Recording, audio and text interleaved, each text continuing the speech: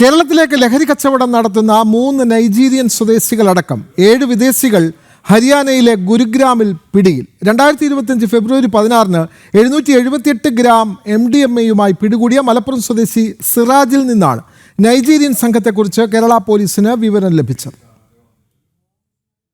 2025 ഫെബ്രുവരി 16 778 gram MDMA പിടികൂടിയ മലപ്പുറം സ്വദേശി സിറാജിൽ നിന്നാണ് നൈജീരിയൻ സംഘത്തെക്കുറിച്ച് പോലീസിന് വിവരം ലഭിച്ചത്.